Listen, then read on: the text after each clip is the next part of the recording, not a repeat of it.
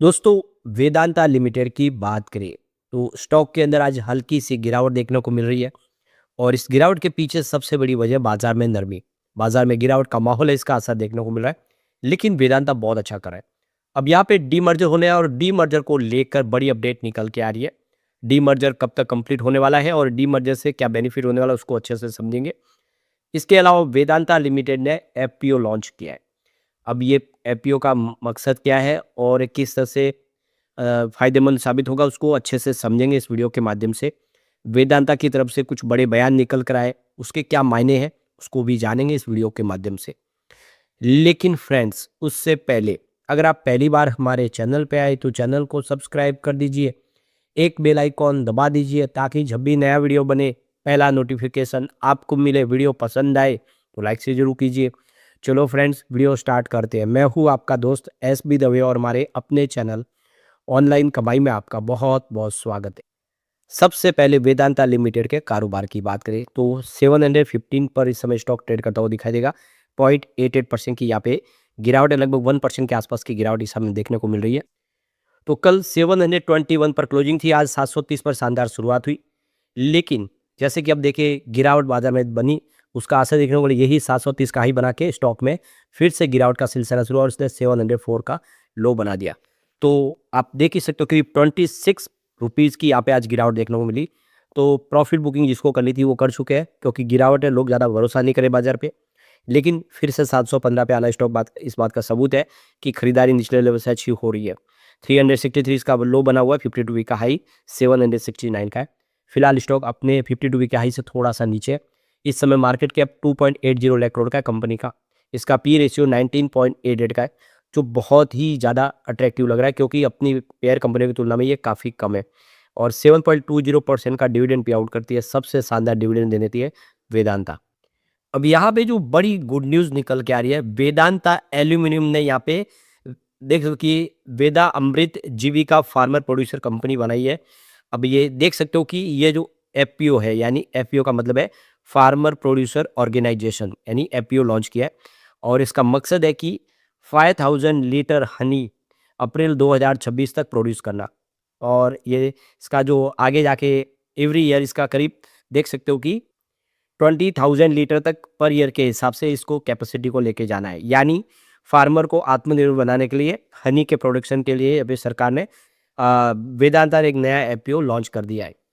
तो यहाँ पे देखो कि वेदांता लिमिटेड अपने सीएसआर यानी कॉर्पोरेट सोशल रिस्पॉन्सिबिलिटी का पूरा फोकस रख रहे हैं, उसको अपने बिजनेस के बीच में रख के इन्होंने वेदांता देख सकते हो कि वेदांता की तरफ से वेदा अमृत जीविका फार्मर प्रोड्यूसर कंपनी का गठन किया है। ये कंपनी किसानों के भले के लिए, उनके दिनचर्या के लिए, उनके जीवन के स्तर को सुधारने के लिए काम करेगी। तो यहाँ पे इसके फर्स्ट फेज में देखें तो करीब 500 फार्मर से ज़्यादा को यहाँ पे कंपनी की तरफ से बॉक्स दिए जाएंगे। उनको प्रॉपर ट्रेनिंग भी दी जाएगी और उसके माध्यम से कैसे वो देखें कि हनी का प्रोडक्शन करेंगे। तो ये हनी बॉक्स उनको प्रोवाइड किए जाएंगे और पूरा का पूरा आप देख सकते हो कि उनको इसके ट्रेनिंग भी दी जाएगी। और यहाँ पे एनुअल इनकम इसे 16,000 रुपीज़ पर एनम के हिसाब से हो सकते हैं किसानों की। यानी इसका ये एक्स्ट्रा बेनिफिट किसान ले पाएंगे हनी को प्रोड्यूस करके। तो इसी के लिए कंपनी की तरफ से एफपीओ लॉन्च किया गया, फार्मर प्रोड्यूसर ऑर्गेनाइजेशन। और 5000 लीटर हनी अप्रैल 2026 तक प्रोड्यूस कर ली जाएगी और आने वाले समय इसको 20,000 लीटर एवरी ईयर के हिसाब से आगे बढ़ाई जाएगी। और इसकी वजह से करीब 1 करोड़ रुपीज़ का रेवेन्यू ग्रोथ देखने को मिल सकती है। तो काफ़ी अच्छी है। आप देखिए इस एक लॉन्ग टर्म विजिबिलिटी देखने को मिलेगी एफपीओ के माध्यम से और किसानों का भी भला होगा और कंपनी को भी इसका बेनिफिट मिलेगा। यहाँ पे देखो कि वेदांता के चेयरमैन अनिल अग्रवाल का बयान आया है कि भारत को संसाधनों से आत्मनिर्भर बनाना चाहिए और डीमर्जर में फिलहाल देरी हो सकती है, ये चेयरमैन की तरफ से कहा गया है। तो इस समय ग्लोबल बाजार में देखें तो बहुत सारा टेंशन क्रिएट हो चुका है, बहुत सारे देशों के बीच में युद्ध चल रहा है, जिसकी वजह से सप्लाई चेन डिस्टर्ब हो गई है। और आप देख सकते हो कि इस समय जो इंपोर्ट हो रहे हैं, जैसे कि तेल, तांबा, सोने जैसे जो ज़रूरी कमोडिटीज है, उस पे देश को निर्भरता कम करने की वकालत की है चेयरमैन अनिल अग्रवाल है। उनका कहना है कि हम जो चीज़ इंपोर्ट करते हैं ऐसे समय में जब ग्लोबल लेवल पे टेंशन होता है तो हम बहुत ज़्यादा एक तरह से कुछ बोलते हैं हम अपंग हो जाते हैं। हम उसको आप देख सकते हो कि उसके ऊपर डिपेंडेंट है, तो हमें अपने लिए उसको रास्ते निकाल के खनिज सुरक्षा को मजबूत करने के लिए जो घरेलू संसाधन है उसका तेज़ी से विकास करना ज़रूरी है। यानी आत्मनिर्भर बनना पड़ेगा इन सब चीज़ों के लिए हमें, तभी हम देश को लेके आगे बढ़ पाएँगे। तो यहाँ पे देखिए भारत में अभी भी बहुत सारी प्रचुर संभावना है, ख़ास करके जो इस समय तेल वगैरह में या दूसरे जो मेटल वगैरह, वो हम यहाँ पे अपने यहाँ पे उन संसाधनों का इस्तेमाल करके उसका ज़्यादा से ज़्यादा दोहन कर सकते हैं। तो इसके लिए रेगुलेटरी माहौल बनाने की आवश्यकता है। तो जिंक एल्यूमीनियम उत्पादन में वेदांता की सफलताओं का हवाला देते हुए उन्होंने कहा है कि घरेलू क्षमता है रोजगार पैदा कर सकती है और अन्य उद्योगों का समर्थन भी कर सकती है। कंपनी ने महत्वाकांक्षी लक्ष्य तय किए, प्रतिदिन 10 लाख या बैरल तेल गैस का सालाना 10 करोड़ का टन का जो जो अयस्क है उसका उत्पादन कर सकते हैं। यानी ज़्यादा से ज़्यादा यहाँ पे कंपनी जो तेल गैस का यहाँ पे दोहन करने की क्षमता लेके आगे बढ़ रही है। तो कुल मिला के वेदांता एक बड़ा योगदान देख रही है इसमें और सरकार से भी अपेक्षा की है कि वो सहयोग करे।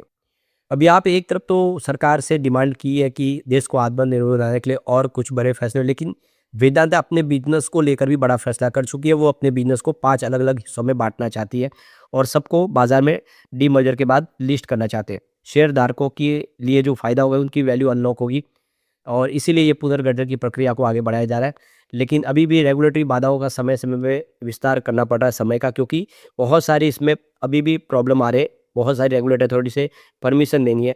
एनसीएलटी की तरफ से परमिशन मिल चुकी है, सरकार से भी मंजूरी मिल चुकी है। इसकी वजह से इन्होंने 31 मार्च 2026 की डेडलाइन तय की है।